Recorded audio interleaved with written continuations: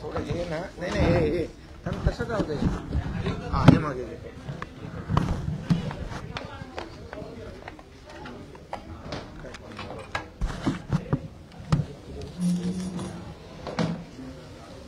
मागे कसं बसर साईडला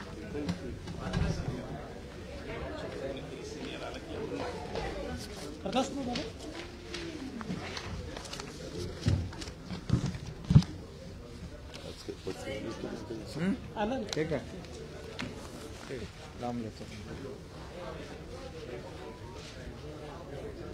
हे एवढं सगळं आहे लांब घ्यायचं काय तेच आहे ते मागच्या टायमासारखंच. आपलं सर्वांचं या पत्रकार परिषदेमध्ये स्वागत आहे. उद्यापासून राज्याचं अधिवेशन सुरू होणार आहे आणि आपल्याला कल्पना आहे की निवडणुका समोर असल्यामुळे प्रथा परंपरेप्रमाणे अंतरिम बजेट आणि व्होट ऑन अकाउंट हे सन्माननीय वित्तमंत्री आणि उपमुख्यमंत्री श्री अजितदादा पवार या अधिवेशनामध्ये सादर करतील. त्याच्या पार्श्वभूमीवर आज मंत्रिमंडळाची बैठक झाली आणि अनेक महत्वाचे निर्णय देखील मंत्रिमंडळाच्या या बैठकीत घेण्यात आले आहेत. आज खरं म्हणजे आमच्या विरोधी पक्षाची पत्रकार परिषद फारशी चॅनल्सवर मला पाहायला मिळाली नाही, पण त्यांचं एक पत्र मात्र माननीय मुख्यमंत्र्यांना त्यांनी दिलेलं आहे आणि ते जे पत्र आहे मला असं वाटतं की अंतिम आठवडा प्रस्तावाचा मसुदा हा या पत्राच्या माध्यमातून त्यांनी दिलेला आहे. नेमकं कोणत्या गोष्टीवर फोकस करावं हे विरोधकांच्या लक्षात येत नाहीये, त्याच्यामुळे गोंधळल्यासारखी त्यांची स्थिती आहे.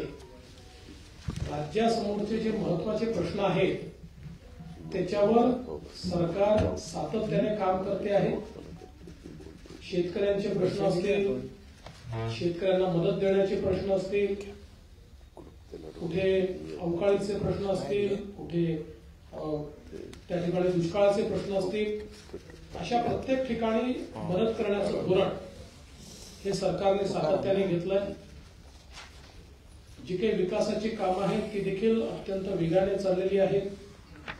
मोठ्या प्रमाणात राज्यामध्ये गुंतवणूक देखील येते आहे आणि विशेषतः मराठा समाजाच्या संदर्भात 10% आरक्षणाचा कायदा तयार करून राज्य सरकारने आणि विशेषतः माननीय मुख्यमंत्र्यांनी जो शब्द दिला होता तो शब्द देखील पूर्ण केला आहे.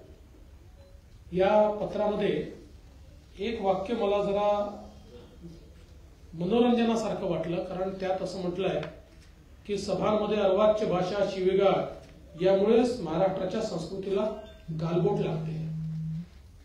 आता हे पत्र आमच्याकरता लिहिलंय की सकाळी 9 वाजता जे पत्रकार परिषद घेतात त्यांच्याकरता लिहिलंय, हा पहिला प्रश्न माझा आहे. त्यामुळे महाराष्ट्राच्या संस्कृतीची जर एवढीच तुम्हाला चिंता असेल तर एक पत्र त्यांना देखील द्या, जे कुठले कुठले शब्द वापरतात, काय काय बोलतात. आणि म्हणून मला असं वाटतं की आत्ताच्या परिस्थितीमध्ये विरोधी पक्षाची परिस्थिती ही एका निराशेतनं ते जात आहे आणि आम्हाला मात्र महाराष्ट्राला पुढे न्यायचं आहे. माननीय मुख्यमंत्र्यांच्या नेतृत्वामध्ये रोज नवनवीन विकासाची कामं आम्ही करतो, धरणं आम्ही पूर्ण करतो, रस्ते आम्ही पूर्ण करतो, पुलं आम्ही पूर्ण करतो. त्यामुळे लोकांचं जीवन सुकर होईल अशा प्रकारचं काम हे सातत्याने या ठिकाणी आमच्या सरकारच्या माध्यमातून केलं जात आहे. मी माननीय मुख्यमंत्र्यांचे याकरता देखील आभार मानेन की आजच्या मंत्रिमंडळ बैठकीमध्ये धानाला जो बोनस जाहीर केला होता त्या संदर्भातला निर्णय माननीय मुख्यमंत्र्यांनी घेतला आणि त्यामुळे धान उत्पादक शेतकऱ्यांच्या वतीने मी माननीय मुख्यमंत्र्यांचे अतिशय मनापासून आभार मानतो. अनेक निर्णय झालेले आहेत, मुख्यमंत्री त्या संदर्भात सांगतीलच. आणि मी या ठिकाणी आपले उपमुख्यमंत्री महोदय अजितदादा पवार यांना विनंती करतो की त्यांनी या वार्तेला संबोधित करावे. उपस्थित माननीय मुख्यमंत्री महोदय, उपमुख्यमंत्री मंत्रिमंडळातील सर्व सहकारी आणि पत्रकार मित्रांनो, दरवर्षीच्या प्रथेप्रमाणे निवडणुका ज्यावेळेस जवळ येतात आणि शेवटचं वर्ष असतं त्यावेळेस आपल्याला अर्थसंकल्प सादर करता येत नाही, म्हणून आपण अंतरिम अर्थसंकल्प दर 5 वर्षांनी सादर करत असतो. लोकसभेच्या निवडणुका होऊन तिथं नवीन अर्थसंकल्प त्यांनी सादर केल्यानंतर आपला अर्थसंकल्प साधारण जुलैमध्ये त्या ठिकाणी येईल. आणि म्हणून हे 4 दिवसाच्या अधिवेशनामध्ये साधारण एप्रिल, मे, जून, जुलै हे 4 महिन्याच्या खर्चाला मान्यता आम्ही घेणार आहोत. आणि ते घेत असताना हे मी पण आत्ताच पत्र वाचलं, कारण मी पण आज बाहेर दौऱ्यावर होतो. मी मगाशीच आलो आणि आता मला ते वाचायला मिळालं. खरं तर विरोधी पक्षाचं म्हणजे त्यांच्यामध्ये काही त्राणच राहिलेलं नाही. कुठलं तरी काहीतरी आरोप करायचे. त्याच्यामध्ये मी तर आल्यावर एक चौकशी केली महाननच्या बद्दल. बघा, सातत्याने बोललं जातं की हे महानन गुजरातला देऊन टाकलं, गुजरातच्या दावणीला बांधलं. महाननची जागा पत्रकार मित्रांनो गोरेगावमध्ये आहे. ती आपल्या सरकारचीच जागा आहे, महाननला दिलेली जागा आहे. अनेक महत्वाचे प्रकल्प काही वेळेस एनडीडीबी ही पूर्णपणे देशाची एक दुधामध्ये काम करणारी संस्था आहे. आणि मागे आपल्याच महाराष्ट्रातला जळगावचा दूध संघ हा एनडीडीबीने चालवायला घेतलेला होता. तो चांगला चालायला लागल्यानंतर पुन्हा तो जळगाव जिल्हा दूध संघाकडे आला आणि आता दुधा उत्पादक शेतकऱ्यांचे प्रतिनिधी तो संघ चालवतात. त्याच्यामध्ये जाणीवपूर्वक काहीतरी आम्ही महायुतीच्या सरकारच्या माध्यमातून वेगळं करतोय, कुणाला तरी कुणाच्या तरी घशात काहीतरी घालतोय. हे इतकं दादांत कुठे माहिती घेत नाही, काही करत नाही आणि उगीच उचलली जीभ लावली टाळायला अशा प्रकारच्या यांचा काहींचा प्रयत्न चाललेला आहे. त्याच्यात अजिबात तथ्य नाहीये. ही बाब मला आवर्जून आपल्याला सगळ्यांना सांगायची. मी करार केल्यानंतर अजून करार पण झालेला नाहीये. चर्चा झालेली आहे, सगळ्यांनी राजीनामे दिलेले. आता त्यांचा प्रस्ताव आल्यानंतर कॅबिनेट त्याच्याबद्दलची चर्चा करेल, निर्णय त्या बाबतीमध्ये घेईल आणि तो स्पष्टपणे आपल्या सगळ्यांनाच कळेल. पण ह्याच्यातून कुठंतरी दूध उत्पादक शेतकऱ्यांच्यावर हे सरकार अन्याय करतंय अशा प्रकारची भावना निर्माण करायची, हे अतिशय चुकीचं त्यांचा आरोप आहे. हे पण मला या निमित्तानं सांगायचं आहे. आताच डीसीएम साहेब म्हणाले तशा पद्धतीनं खूप चांगले निर्णय आजच्या मंत्रिमंडळाच्या बैठकीमध्ये घेतले गेले. थोडंसं मधी पंतप्रधानांची कॉन्फरन्स एक होती, व्हिडिओ कॉन्फरन्स, त्याच्यामध्ये काही महत्वाच्या कार्यक्रमाच्यामुळं आम्ही तिथं हजर होतो, म्हणून थोडं पत्रकार मित्रांना पण भेटायला आम्हाला उशीर लागला. नाहीतर आम्ही मगाशीच तुम्हाला सगळ्यांना भेटलो असतो. एकंदरीतच आता वेगवेगळे ज्या काही घटना आपल्या महाराष्ट्रामध्ये घडतायत, त्यांनी ड्रग्सच्या बद्दलचा उल्लेख पण पत्रामध्ये केला. मित्रांनो, पुण्यामध्येच नवीन आलेले सीपींनी त्याच्यामध्ये लक्ष घातलं, पोलीस यंत्रणेने लक्ष घातलं आणि 4,000 कोटी रुपयांचं जवळपास ड्रग पकडलं. अजून पण त्याचे धागेदोरे कुठपर्यंत जात आहेत ह्याचा शहानिशा तपास चाललेला आहे. कुठं लंडनला धागादोरा पोचलाय, पंजाबला धागादोरा पोचलाय, वेगवेगळ्या भागामध्ये ते धागेदोरे पोचले. त्याच्या संदर्भामध्ये एवढा आता तपास लागला, त्याचं कुठंतरी थोडंसं कौतुक करायचं सोडूनच द्या. परंतु एवढं कसं वाढलं, काय वाढलं, वाढायला नकोच. आपल्यामधली नवीन पिढी ह्याच्यामध्ये कुठंतरी त्याच्या आहारी जाण्याचं अजिबात काही कारण नाही. त्याकरता खबरदारी सरकार कुणाचंही असलं तरी घेतली गेली पाहिजे, हेही त्रिवार सत्य आहे. पण हे पोलीस यंत्रणा त्याच्यातनं सगळ्या गोष्टी अतिशय खोलामध्ये जाऊन करतीये. आम्ही तर त्यांना सांगितलेले, देवेंद्रजींनी काल पुण्यामध्ये आल्यानंतर त्यांना 25 लाखाचं बक्षीस पण जाहीर केलं. शेवटी चांगलं काम करणाऱ्याला एक शाबासकीची थाप टाकल्यानंतर त्यांना पण ग्रुप येतो, आणखीन ते जोमाने कामाला लागतात. ही पहिल्यापासूनच पद्धत आहे, परंपरा आहे. त्याच्यामध्ये काही नवीन सरकारने केलंय अशातला भाग नाही. पण त्याच्याबद्दल पण टीका टिप्पणी करायची, निव्वळ टीका टिप्पणी करणे एवढा एकमेव उद्योग हा त्यांच्याकडे राहिलेला आहे. आणि त्याच्यातून सातत्याने काहीतरी गरळोकायची कामं चाललेली आहे. मी नेहमीच म्हणतो की सगळ्यांनीच एक भान ठेवून प्रत्येकाने आपापली स्टेटमेंट केली पाहिजे. सुसंस्कृत महाराष्ट्रामध्ये आपण सगळेजणच काम करतो, त्यावेळेस ती सुसंस्कृत महाराष्ट्राची परंपरा ही सगळ्यांनीच, आम्ही पण लोकांनी किंवा विरोधी पक्षांनी, सगळ्यांनीच, त्या सर्वच राजकीय पक्षांनी पुढे पण चालवण्याचा प्रयत्न केला पाहिजे. त्याच्यामध्ये कुठं कोण चुकत असेल तर त्यालाही समजून सांगण्याचं काम केलं पाहिजे, असं माझं स्पष्ट या निमित्तानं मत आहे. मित्रांनो, दुसरा एक महत्वाचा मुद्दा एक आहे, तो म्हणजे मराठा आरक्षणाच्या बद्दल. आपल्यालाही सगळ्यांना माहिती आहे की स्वतः राज्याच्या प्रमुखांनी शिवाजी महाराजांची शपथ शिवाजी आपल्या दसऱ्याच्या वेळेस घेतली, विजयादशमीच्या वेळेस, आणि त्याच्यानंतर संपूर्ण सरकार त्याच्यामध्ये कामाला लागलं, यंत्रणा कामाला लागली. त्याबद्दल जास्त विस्तृतपणे मुख्यमंत्री महोदय बोलतीलच. परंतु एकदा ह्याच्यातनं मार्ग काढण्याचा प्रयत्न केल्यानंतर व्यक्ती कुणीही जरी असली, प्रत्येकाला संविधानाने लोकशाही पद्धतीनं म्हणणं मांडण्याचा अधिकार दिलेला आहे, आंदोलन करण्याचा अधिकार दिलेला आहे, त्याबद्दल दुमत असायचं काही कारण नाही. परंतु आपण काय बोलतोय, कशा पद्धतीनं बोलतोय, काही जण तिथं विभागीय आयुक्त असतील, कलेक्टर असतील, एसपी असतील किंवा बाकीचे अधिकारी असतील, यांच्याशी वागत असताना, बोलत असताना त्यांना कशी प्रकारची शिवराळ भाषा वापरली जाते, हे नक्की कोण करतंय, एवढं कसं काय धाडस होतंय, ह्याही खोलामध्ये थोडंसं जाण्याची नितांत गरज आहे. आणि एवढं स्वतः राज्याचे प्रमुख, असं मी कधी बघितलं नाही. मागे पण अनेकांनी उपोषणं केली, मोर्चे काढले, परंतु राज्याचे प्रमुख 2 वेळेला, एकदा तिकडे जालन्यामध्ये गेले, एकदा नवी मुंबईमध्ये गेले, आणि एकच, राज्याची कायदा सुव्यवस्था चांगली राहावी, सगळ्यांच्यामध्ये एकोपा राहावा आणि प्रश्न तसाच लागावा, त्याच्यामध्ये खूप वर्षाची मागणी आहे. पृथ्वीराज बाबांच्या सरकारने पण त्याच्यामध्ये निर्णय घेतला होता, तो टिकला नाही हायकोर्टात. देवेंद्रजींनी पण निर्णय घेतला, तो टिकला नाही सुप्रीम कोर्टामध्ये.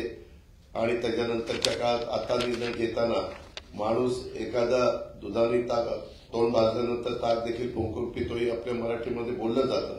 तशा पद्धतीनं फार बारकाईनं त्याच्यात लक्ष घातलं आणि मागास आयोग नेमणं, एक न्यायालयाची समिती नेमणं आणि त्याच्यातनं मार्ग काढणं, हे सगळ्या गोष्टी करत असताना आज देखील जाणीवपूर्वक वेगवेगळ्या प्रकारची वक्तव्य ही केली जातात. मुख्यमंत्र्यांच्या बद्दल शिवराळ भाषा केली जाते, उपमुख्यमंत्री असतील, बाकीचे सगळेजण असतील. अशी पद्धत आपल्या महाराष्ट्रामध्ये कधी नव्हती. कुणी असं समजू नये किंवा हे आपण काही बोललो तर ते खपतं, असं होणार नाही. शेवटी सगळ्यांना नियम कायदे सारखे आहेत, ह्याची नोंद देखील सगळ्यांनी घ्यावी. कारण नसताना एक समाजामध्ये गैरसमज पण निर्माण करण्याचा प्रयत्न करू नये. आणि मला समाजाला पण आवाहन करायचंय की हे सगळं करत असताना याच्यामध्ये सगळ्या गोष्टी टिकाऊ होतील ह्याच पद्धतीचा प्रयत्न, जसं बिहारच्या सरकारने नितीश कुमार यांनी 10% आरक्षण वाढवलं, तसं आपलं 52 अधिक 62 अधिक हे 72% झालेलं आहे. आणि सगळ्यांचं मत आहे की एक फार बारकाईनं काही कोटी लोकांचं सगळं माहिती घेऊन ते केलेलं आहे. सगळ्या सोयऱ्यांच्या बद्दल 6.5 लाख हरकती आलेल्या आहेत, त्याच्याबद्दलचं पण काम चाललेलं आहे. शेवटी करताना काम मागणी केल्यानंतर ती कायद्याच्या नियमाच्या चौकटीमध्ये कशी बसेल, हा देखील अतिशय महत्वाचा त्याच्यातला प्रश्न असतो. ह्याची पण नोंद कृपा करून सगळ्यांनी घ्यावी. आणि एकंदरीतच राज्यामध्ये सर्वसामान्यांचं सरकार चांगल्या पद्धतीनं काम करतं, ते करत असताना त्याला कुठेतरी गालबोट लावण्याचा प्रयत्न हा कोणी करू नये. ह्याच्या पाठीमागं कोण आहे त्याही बद्दल खोलात जाऊन त्याच्या संदर्भातली माहिती घ्यावी लागेल. कारण एक व्यक्ती एवढं धाडस त्या बाबतीमध्ये करणार नाही, तर त्याही संदर्भामध्ये सरकार निश्चितपणे योग्य ती भूमिका घेईल, एवढंच मला या निमित्तानं सांगायचं. धन्यवाद. आजच्या पत्रकार परिषदेमध्ये उपस्थित सर्व पत्रकारांचं मनापासून स्वागत. उद्यापासून राज्याचं अधिवेशन सुरू होत आहे आणि त्यामध्ये अंतरिम अर्थसंकल्प आणि 5 दिवसाचं अधिवेशन. विरोधी पक्षांनी मुद्दे मांडले ते आपल्या सगळ्यांना माहीत, आम्ही बघितले नाही. पण खूप मोठं त्याच्यामध्ये आणि पहिल्यांदाच 2 विरोधी पक्षनेत्यांचं लेटरेट दिले. अगोदर वेगवेगळे द्यायचे ते. आता त्याच्यामधून काही लोक इकडे आले काँग्रेसमधून आणि सगळ्याच अगदी चलबिचल आहे, अस्थिरता आहे, एकामेकावर विश्वास राहिलाय की नाही माहीत नाही. त्यामुळे कोण काय पत्र देत आहे, कोण काय देणार आहे, कोणी काय दिलंय यापेक्षा दोघांचं एक लेटरेट आले पहिल्यांदा. आणि एकंदरीत विरोधी पक्ष एक कसं मी मागच्या वेळी देखील म्हणालो होतो, एक जसं कॉन्फिडन्स हरवलेला विरोधी पक्ष या ठिकाणी आपण पाहतोय. अधिवेशनाने मागच्या वेळेस देखील आपण पाहिलं की त्यांचा परफॉर्मन्स काय होता सभागृहामधला. खरं म्हणजे चहापान हे एक दरवेळेला आपण ठेवतो, परंतु दरवेळेस ते जी काही चहापानाची प्रथा असते ती बहिष्कार घालण्याची प्रथा देखील विरोधी पक्षाने कायम ठेवली. तर चहापान म्हणजे काय, चहा प्यायचं आणि तिथे कोणी फक्त राज्याच्या प्रश्नावर काही साधक बाधक चर्चा होत असते तिथे, परंतु विरोधी पक्षाने ती बहिष्कार टाकण्याची परंपरा कायम ठेवलेली आहे. त्यांना चहापानामध्ये नाही राजकारणामध्ये जास्तीचा इंटरेस्ट आहे. ठीक आहे, त्याच्याबद्दल मी काही बोलत नाही, परंतु हा जो काही उद्याचं जे अधिवेशन आहे त्यामध्ये मोठ्या प्रमाणावर राज्यातले विषय चर्चेमध्ये येतील. त्याचबरोबर आपल्या राज्य सरकारने देखील गेल्या 1.5-2 वर्षामध्ये अनेक निर्णय घेतले. त्यामध्ये शेतकऱ्यांसाठी आपण मोठे निर्णय घेतलेत. जवळपास त्यांचा तोही मुद्दा आहे की शेतकऱ्यांना वाऱ्यावर सोडलं, पण आतापर्यंत 45,000 कोटी रुपयाचं आपण शेतकऱ्यांना मदत केली आहे. मग ती वेगवेगळ्या माध्यमातून अवकाळी असेल, गारपीट असेल, अतिवृष्टी असेल, त्याचबरोबर 6,000 केंद्र सरकारचे, राज्याचे 6,000. त्यांनी पीक विमा योजनेच्या बद्दल देखील आक्षेप घेतलाय. 1 रुपयामध्ये पीक विमा योजना आपण दिली आणि आपण सर्व पैसे सरकार भरतो. आणि यामध्ये देखील हे राज्य आपलं पहिलं राज्य आहे आणि त्यावर देखील त्यांनी टीका केली, माहिती घेतली पाहिजे होती त्यांनी. पण यामध्ये मोठ्या प्रमाणावर जे काय आपण शेतकऱ्यांसाठी, महिला भगिनींसाठी लेट लाडकी लखपती योजना केली, 50% एसटी मध्ये सवलत दिली, महिलांना सक्षमीकरण आपण करतोय, बचत गट, महिला बचत गट आपण सक्षम करतोय. त्याचबरोबर मोठ्या प्रमाणावर आपल्या राज्यामध्ये इन्फ्रास्ट्रक्चरची कामं आहेत. 8 लाख कोटीची पायाभूत सुविधांची कामं सुरू आहेत आणि त्यामध्ये आपण नुकताच अटल सेतूचं उद्घाटन आदरणीय प्रधानमंत्री महोदयांच्या शुभ हस्ते केलं. समृद्धी हायवे बाळासाहेबांच्या गावात त्याचं आपण लोकार्पण केलं. आज अटल सेतू लोकांच्या जीवनामध्ये बदल घडवणार आहे, गेम चेंजर प्रकल्प आहे आणि म्हणून जे 2 तासाचं अंतर 15 मिनिटांमध्ये पार करतोय. तिथलं मोठ्या प्रमाणावर इकॉनॉमी, पूर्ण सिस्टीम बूस्ट होईल, एक इकोसिस्टीम तयार होईल. असे अनेक प्रकल्प आपण मार्गी लावतो जे पूर्वीच्या सरकारमध्ये थांबले होते. मेट्रोचे प्रकल्प, मेट्रो 3 असेल, मेट्रोचे अनेक जे बाकी प्रकल्प आहेत ते थांबवले होते. हे सगळे जे काय हे आम्ही चालना त्याला देतोय आणि म्हणून उद्योग पळवले म्हणाले. आता आम्ही दावोसमध्ये जवळपास 3,73,000 कोटीचे MOU साईन केले.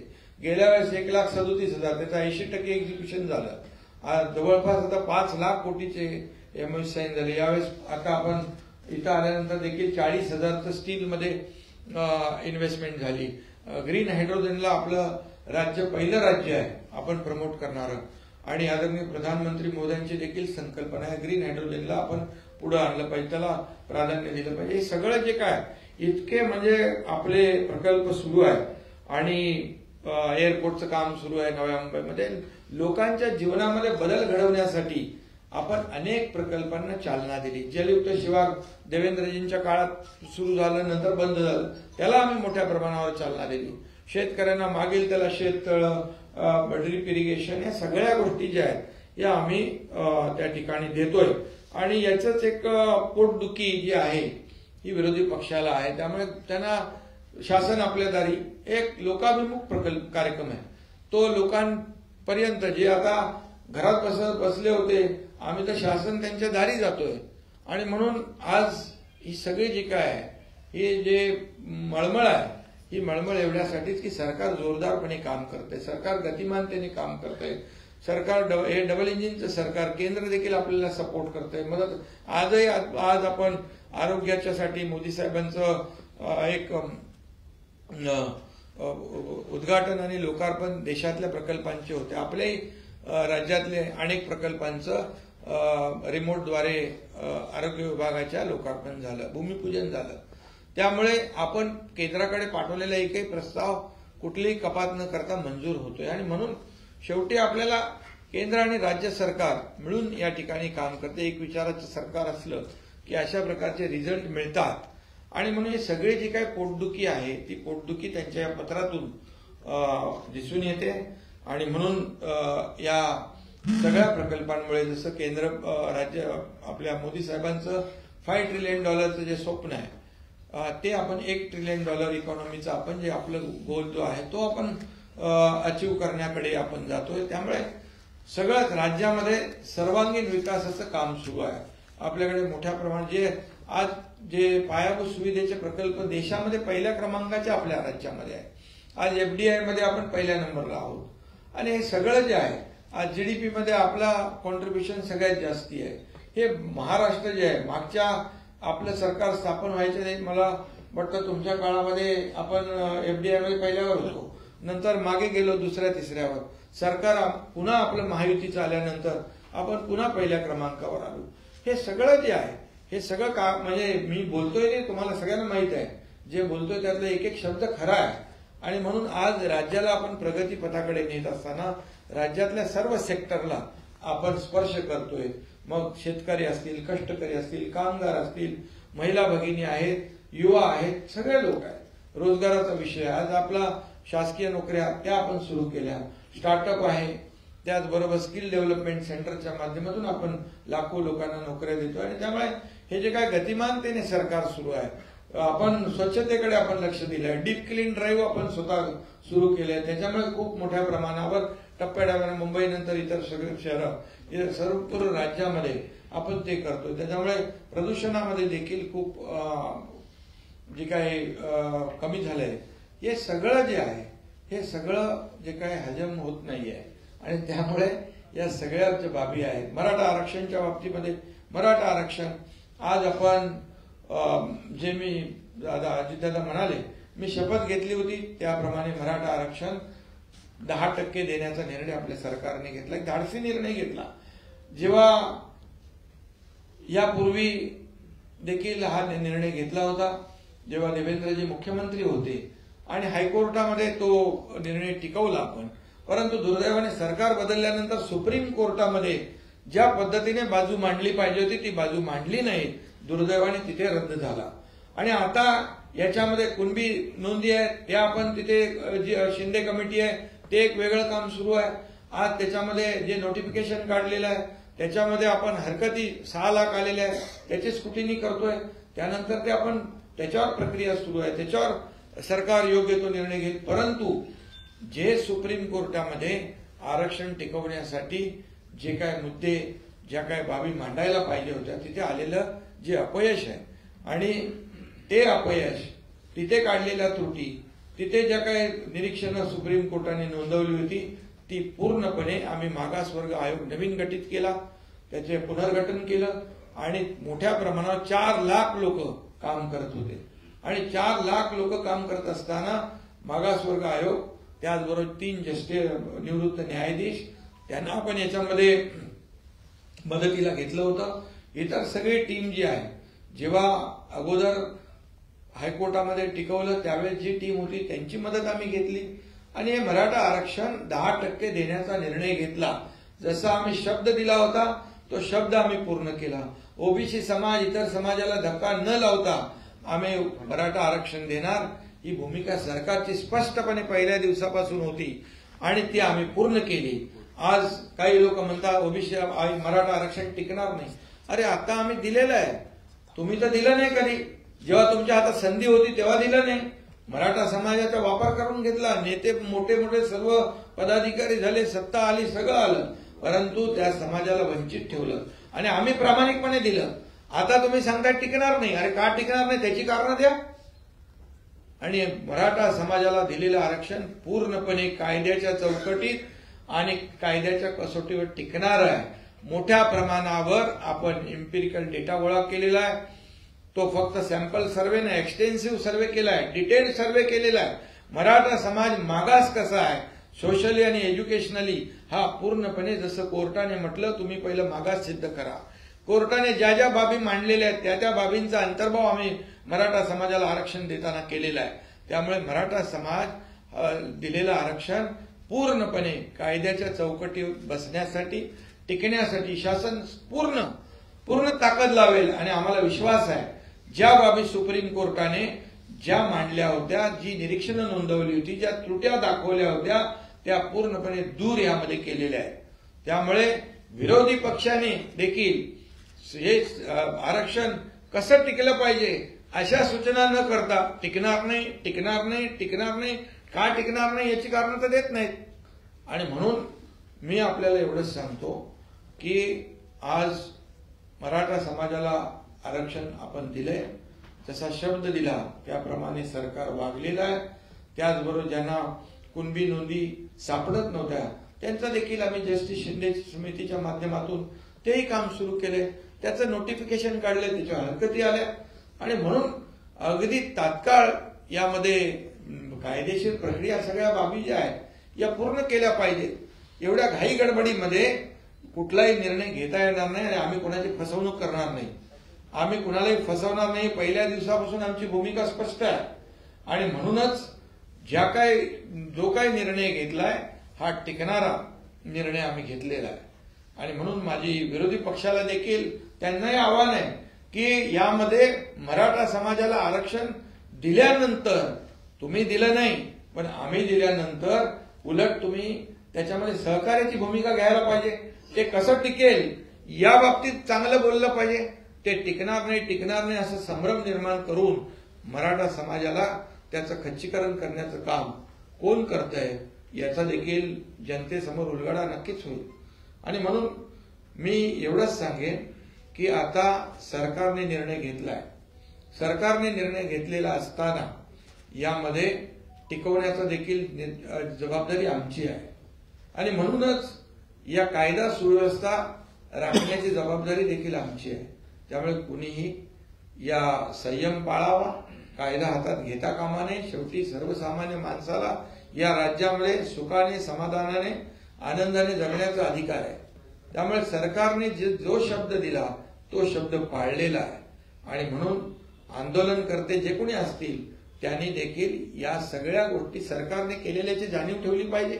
सरकारने आतापर्यंत जे काही केलं, जस्टिस शिंदे कमिटी नेमली, अगदी तेलंगणा, हैदराबाद पर्यंत त्या ठिकाणी देखील आपले लोक गेले. त्या ठिकाणी देखील जे काही पुरावे आहेत ते आपण शोधतोय. आणि म्हणून मराठा समाजाला ओबीसी प्रमाणे जोपर्यंत आरक्षण मिळत नव्हतं सवलती देण्याचा निर्णय आपण घेतला. सारथी असेल, अण्णासाहेब पाटील आर्थिक विकास महामंडळ असेल, त्याचे 10 लाखाचे 15 लाख आपण त्याचं कर्ज आपण व्याज आपण भरतोय सरकार म्हणून. आज हॉस्टेल ज्या ठिकाणी आहे तिथे हॉस्टेल दिलेत, जिथे हॉस्टेल नाही त्यांना आपण भाडं वाढवून ते स्वधार योजना सुरू केली. आणि सगळं जे आहे हे आपण सकारात्मक करतोय. आज किती अधिसंख्य पदं होती, कोणी हिंमत केली? आमच्या सरकारने हिंमत केली. 5,000 लोकांना ज्यांचं सिलेक्शन झालं होतं, अपॉइंटमेंट मिळाली नव्हती, त्यांना अपॉइंटमेंट देण्याचं धाडस देखील आमच्या सरकारने केलं. 5,000 लोकांना आज नोकऱ्या मिळालेल्या आहेत. मध्ये मॅटमध्ये 500 लोक गेले होते एमपीएससीचे, तिथे हायकोर्टामध्ये बाजू मांडून लढवून त्यांना नोकऱ्या दिल्या आम्ही. कुठं सरकार मागे पडतंय, कुठे सरकार कमी पडतंय हे तर दाखवा. आणि म्हणून ह्या सगळ्या ज्या काही बाबी आहेत या राज्यामध्ये काही लोकांचं अराजकता पसरवण्याचं जे काही हे आहे, कारस्थान आहे, हे कुणी करता कामा नये. या राज्यातली जनता सुज्ञ आहे, या महाराष्ट्रातली जनता सुज्ञ आहे. आणि सरकार जे काम करतंय याचा देखील साक्षीदार जनता आहे. आणि म्हणून आतापर्यंत जे काही झालं नाही मराठा समाजाच्या बाबतीमध्ये, ओबीसी समाजाच्या बाबतीमध्ये अनेक निर्णय सरकारने घेतले. आज आपल्या धनगर समाजाचा पण आपण कॅबिनेटमध्ये तोही निर्णय आज आपण घेतला. 5,500 ते 10,000 संख्या वाढवण्याचा. समाजाला, सर्व समाजाला मुख्य प्रवाहामध्ये आणण्याचं काम सरकार करत आहे. त्यामुळे मला वाटतं याच्यामध्ये कुणीही एक लोकांमध्ये संभ्रम पसरवण्याचा आणि सहानुभूती मिळवण्याचा प्रयत्न करू नये. महाराष्ट्रातली जनता सुज्ञ आहे.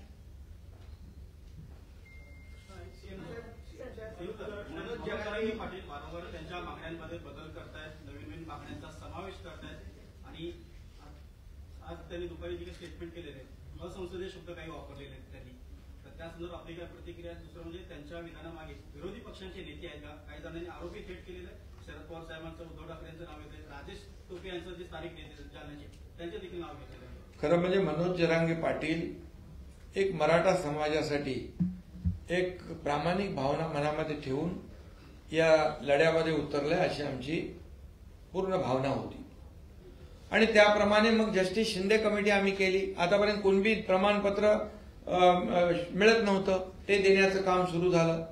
मग त्याच्यामध्ये त्यांची मागणी आली सरसकट द्या.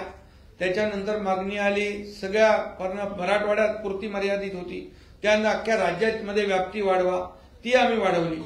त्यानंतर सगळ्या सोयऱ्याची मागणी आली, त्याच्यावर नोटिफिकेशन काढलं, त्याच्यावर हरकती आलेल्या आहेत, त्या अद्याप त्याच्यावर प्रक्रिया सुरू आहे. त्यानंतर ओबीसी मधून द्या. अशा प्रकारच्या मागण्या वेगवेगळ्या वेळोवेळी बदलत गेल्या आणि खरं म्हणजे आता मी स्वतः मुख्यमंत्री म्हणून त्यांना भेटायला जालना या ठिकाणी गेलो. किती आतापर्यंत किती आंदोलनं झाली, 56 मोर्चे झाले मुंबईमध्ये. ज्यावेळेस देवेंद्रजी मुख्यमंत्री होते 56 आंदोलनं मोर्चे झाले, शांततेत झाले. अगदी कायदा कोणी हातात घेतला नाही, सगळ्यांनी त्याची वाहवा केली. मराठा समाजाचे 56 मोर्चे झाल्यानंतर कुठल्याही समाजाला त्रास झाला नाही. परंतु यावेळेस काय झालं, यावेळेस कुठे आग लावली, कुठे काय केलं, दगडफेक झाली, कुठे काय, हे सगळं मराठा समाज हा संयमी आहे. मराठा समाजाने शिस्तीने आंदोलनं केलेली आहे, परंतु त्याला गालबोट लावण्याचं काम जे कोणी लोक करतायत यापासून देखील मराठा समाजाने सावध राहिलं पाहिजे तरुणांनी. हे माझी सूचना आहे. आणि त्यामध्ये जरांगे पाटील मनोज जरांगे पाटील जेव्हापर्यंत या ठिकाणी लोकांसाठी काही प्रामाणिक भावना आहे अशा प्रकारचं त्याची भावना होती. सरकार त्याच्याबरोबर मी जालनाला गेलो, नव्या मुंबईत गेलो आणि मुख्यमंत्री असताना मी कधीही इगो ठेवला नाही. परंतु आता जी काही त्यांची भाषा आहे ती भाषा राजकीय भाषा मला वाटते आणि त्याच्या मागे कोणीतरी बोलवतंय अशा प्रकारचा वास येतोय. आणि त्यामुळे यामध्ये कुठल्याही राजकारणाला बळी न पडता मराठा समाजाने आपल्याला सरकारने दिलेला निर्णय जो आहे हा सरकारने दिलेला निर्णय पूर्णपणे विचारांती निर्णय घेतलेला आहे. आणि आज मुख्यमंत्री उपमुख्यमंत्री यांच्याबद्दल अशा प्रकारचं वक्तव्य करणं, खालच्या पातळीवर जाऊन बोलणं ही आपली संस्कृती नाहीये, ही महाराष्ट्राची संस्कृती नाहीये. आंदोलनकर्ते अनेक होऊन गेले. आज देवेंद्रजींच्या बाबतीमध्ये कुठला आरोप केला त्यांनी, अशा प्रकारचं कुणीतरी त्यांना सांगायला लावतंय का याचा त्यांनी विचार केला पाहिजे. जर देवेंद्रजी मराठा समाजाच्या विरोधामध्ये असते तर त्यांनी मागच्या वेळेस जे आरक्षण दिलं, आम्ही सगळे एकत्र होतो, मराठा समाजाला आरक्षण मिळवून दिलं, त्यासाठी खूप मेहनत आम्ही घेतली. त्यावेळेस हायकोर्टामध्ये देखील टिकवलं, हे टिकलं नाही त्या सुप्रीम कोर्टामध्ये. याला जबाबदार कोण आहे? आणि म्हणून अशा प्रकारचे खालचे पातळीवरचे आरोप हे महाराष्ट्र सहन करत नाही. महाराष्ट्राची ती संस्कृती नाही, महाराष्ट्राची ती परंपरा नाही.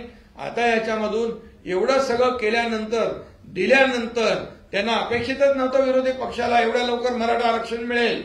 अरे आम्ही डे नाईट काम केलं, 4 लाख लोक काम करत होते दिवस रात्र, आणि दिवस रात्र त्यांना अपेक्षितच नव्हतं मराठा आरक्षण 10% मिळेल. त्यांना वाटलं हे सगळं जाळत सगळं हे कायदा सुव्यवस्थेचा प्रश्न निर्माण होईल, समाजामध्ये तेढ निर्माण होईल, अशीच भावना होती त्यांची, मिटवण्याची भावना नव्हती. आणि म्हणून हे दिलं. त्याचबरोबर कुणबी प्रमाणपत्र मिळत आहे ते पण आपण सुरू केलं. मराठा समाजाला ओबीसी प्रमाणे सवलती मिळत आहेत हेही आपण सरकारने सुरू केलं. काय सरकारने केलं नाही ते सांगा. तुम्ही तर केलं नाही आणि जे सरकार करतंय त्याच्यामध्ये आडवे येत आहे. बिलकुल मी एवढंच सांगतो, या महाराष्ट्रातली जनता सुज्ञ आहे. तुम्हाला योग्य तुमची जागा दाखवेल. आणि मला एवढंच सांगायचं आहे, आंदोलनकर्त्यांनी कायदा हातात घेता येणार नाही. या कायद्यासमोर कोणी छोटा मोठा नाही, कायद्यासमोर सर्व समान आहे याची जाणीव प्रत्येकाने ठेवली पाहिजे. सरकार म्हणून, मुख्यमंत्री म्हणून मी कधी काही इगो ठेवला नाही. कशाला जायचं, कशासाठी जायचं, हजारो आंदोलनं झाली या राज्यामध्ये, तेव्हा अशा प्रकारचं कधी कोणी वागलं नाही. आणि म्हणून प्रत्येकाने आपल्या आपल्या मर्यादेमध्ये राहिलं पाहिजे. या आपल्यामुळे समाजाला त्रास होता कामा नये, कायदा सुव्यवस्थेचा प्रश्न निर्माण होता कामा नये, याची दखल आणि नोंद प्रत्येकाने घेतली पाहिजे. आणि या सगळ्या मागे सरकार पूर्णपणे लक्ष ठेवून आहे. आणि कुणाला वाटत असेल की सरकारला काही माहीत नाही, परंतु सरकार, गृह विभाग या बाबतीमध्ये पूर्णपणे लक्ष ठेवून आहे. मी पुन्हा एकदा सांगतो, या राज्यातली कायदा सुव्यवस्था बिघडवण्यासाठी जे कोणी जबाबदार असतील त्यांना बिलकुल सरकार पाठीशी नाही, माफ करणार नाही.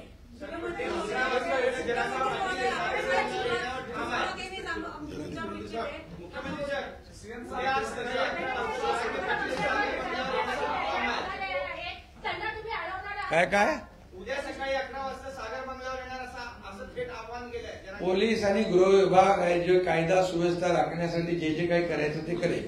आणि फडणवीस साहेबांवर त्यांनी आरोप केले, त्यांच्यावर कारवाई होणार का? आणि फडणवीस साहेबांचं मत त्याबाबत काय आहे? सर, अजून त्याला जोडून एक प्रश्न आहे मला की तुम्ही एक म्हणालात आरोप त्यांनी केला की सलाईनमध्ये इंजेक्शन देऊन मारण्याचा प्रयत्न आहे. लक्षामध्ये दिलं आणि तुम्ही त्यांच्यावर कारवाई करायला पाहिजे होती. ज्या पद्धतीने ते वाद गेले आणि जरांगे पाटील हे काय एकमेव मराठ्यांचे नेते नाहीयेत असं आम्ही मानतो आणि जनताही मानते. तुम्ही त्यांच्यावर विश्वास ठेवत इतक्या वेळ त्यांना सांभाळून घेतलं, ही तुमची चूक आहे. आणि तुम्ही त्यांच्यावर आताच कारवाई करणार का हे सांगतो. पहिल्यांदा तर सागर बंगला हा सरकारी आहे. कोणीही सरकारी कामाने कधीही सागर बंगल्यावर येऊ शकतं, कोणाची अडवणूक नाही. दुसरी गोष्ट, जे माननीय मुख्यमंत्र्यांनी या ठिकाणी सांगितलं, कुठल्या निराशेतून ते बोलतायत, कुठली सहानुभूती त्यांना घ्यायची आहे याबद्दल मला कल्पना नाही. ते जे बोलले ते बिनबुडाचं आहे, धादांत खोटं आहे हे त्यांना देखील माहिती आहे. मराठा समाजाकरता मी काय केलं, मुख्यमंत्र्यांनी आता सांगितलं आणि मराठा समाजालाही माहिती आहे.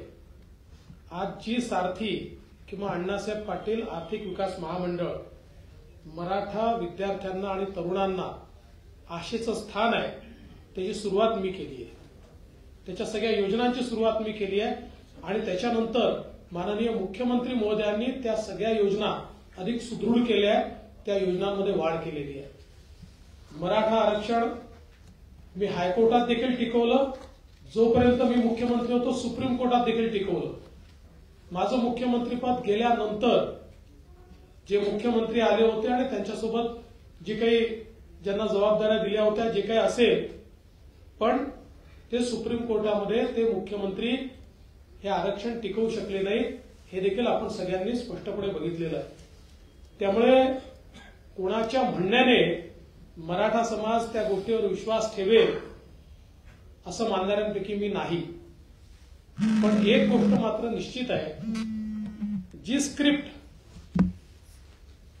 आतापर्यंत उद्धव ठाकरे बोलत होते, ज्या स्क्रिप्टवर पवार साहेब बोलत होते, नेमक्या तशाच स्क्रिप्टवर तेच विषय जरांगेंनी का मांडावे असा माझ्यासमोर प्रश्न आहे. त्याच्यामुळे याच्या पाठीशी काय आहे, काय नाही आहे, मुख्यमंत्री महोदयांनी सांगितलं त्याची काही कल्पना आमच्याकडे आहे, ती योग्य वेळी बाहेर येईल. तुर्तस एवढंच आहे, कायदा सुव्यवस्था न बिघडवता कोणी आंदोलन केलं तरी आमची हरकत नाही. पण कायदा आणि सुव्यवस्थेचं पालन होणार नसेल तर पोलिसांना योग्य कारवाई ही करावीच लागेल. सलाईनमधून मला देऊन कार मारण्याचा प्रयत्न केला.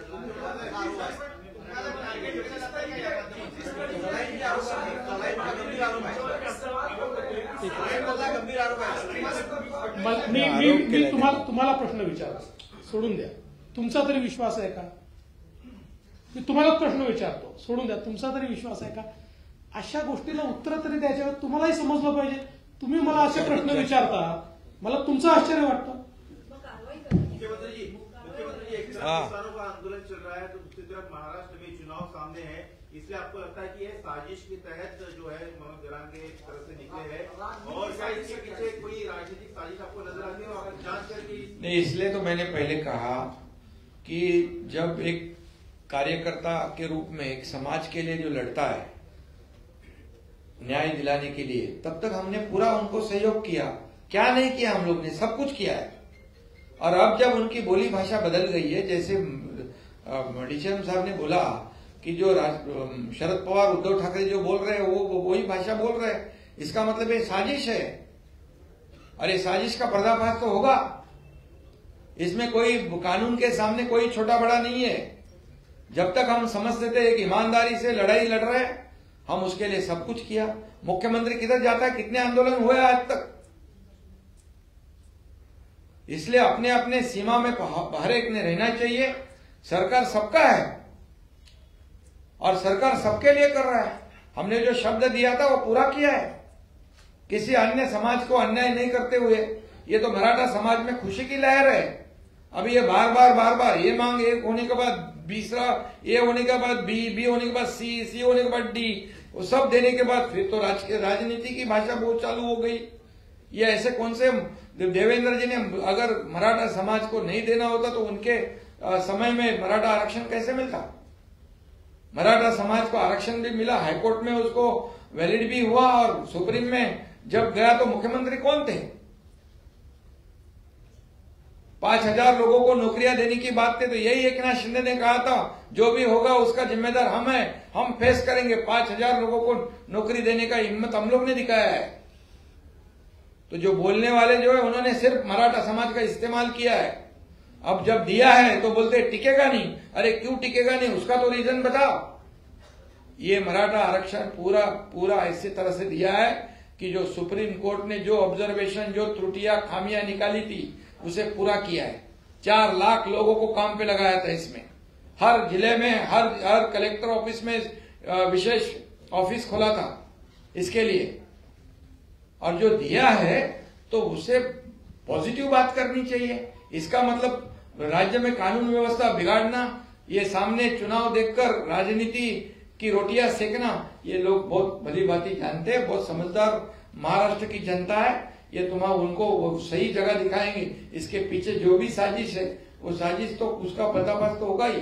लगातार जो भूमिका बदल रही है मनोज जरांगे पाटिल की, पिछले 3 महीने से आपसे लगातार मांग बढ़ती जा रही है। अब जब आरक्षण की मांग पूरी होती है उसके बाद राजनीतिक आरोप प्रत्यारोप शुरू हो जाते हैं, इसको कैसे? ये देखो महाराष्ट्र की संस्कृति है। इतने निचले स्तर पर आरोप लगाना आंदोलनकारियों ने ये शोभा नहीं देता है। ये उनकी बोली नहीं है, ये और किसी की बोली है। और इसलिए मैं अभी भी कहूंगा कि उन्होंने इससे बलि पड़ना नहीं चाहिए, लोगों के बहकाव में नहीं आना चाहिए। जो लोग जो आज जिन्होंने इतने साल राजनीति की, जब उनके हाथ में था मराठा समाज को आरक्षण देना, तब नहीं दिया, वंचित रखा सबको। और जब हमने देने की हिम्मत बताई तो उसके साथ में जैसे सहयोग करना चाहिए, न कि कानून व्यवस्था बिगाड़ के संभ्रम निर्माण करना चाहिए। कानून के सामने कोई भी छोटा बड़ा नहीं है, मैंने बताया है आपको। मुख्यमंत्री किंवा उपमुख्यमंत्री यांच्या विरुद्ध कोणी समाज माध्यमांवर आरोप केले तर आतापर्यंत अनेकदा गुन्हे दाखल झालेले आहेत। अरे मुख्यमंत्र्यांनी तर जेलमध्ये टाकले, आरोप केले तर राणेंना आणि त्या कंगना रणावतला आणि त्या कोण तो आपला राणा नवनीत राणा त्याला 40 दिवस जेलमध्ये टाकला, देशद्रोहाचा खटला भरला। तेच मला विचारायचंय, तर फडणवीस साहेबांवरती असे आरोप झाल्यानंतर जरांगे विरुद्ध आपण गुन्हा दाखल करणार आहात का? सगळं कायदेशीर, ज्या मी मगाशीच म्हटलं, कायद्यापेक्षा कुणी स्वतःला मोठं समजू नये। संयम ठेवलेला आहे सरकारने, संयमाचा अंत पाहू नका। दुसरा प्रश्न असा आहे की 2.5 वर्षाच्या काळात सुप्रीम कोर्टाने आरक्षण टिकवलं नाही, महाविकास आघाडी सरकारने असं म्हणाला होता। त्या सरकारमध्ये राष्ट्रवादी काँग्रेस पक्ष सामील होता आणि त्याच्यात अजितदादा पवार उपमुख्यमंत्री होते। हा, मग काय झालं? त्याच्यामध्ये कुठं एक अजितदादा पवार काय उपसमितीचे अध्यक्ष होते का मुख्यमंत्री होते? असं नाही, पण पक्षीय अरे असं काय, तुम्ही बघा, आरक्षण जे टिकलं हायकोर्टामध्ये, सुप्रीम कोर्टामध्ये टिकलं नाही का? याचं कारण जे आहे हे तुम्हाला माहित आहे, सगळ्यांना माहित आहे।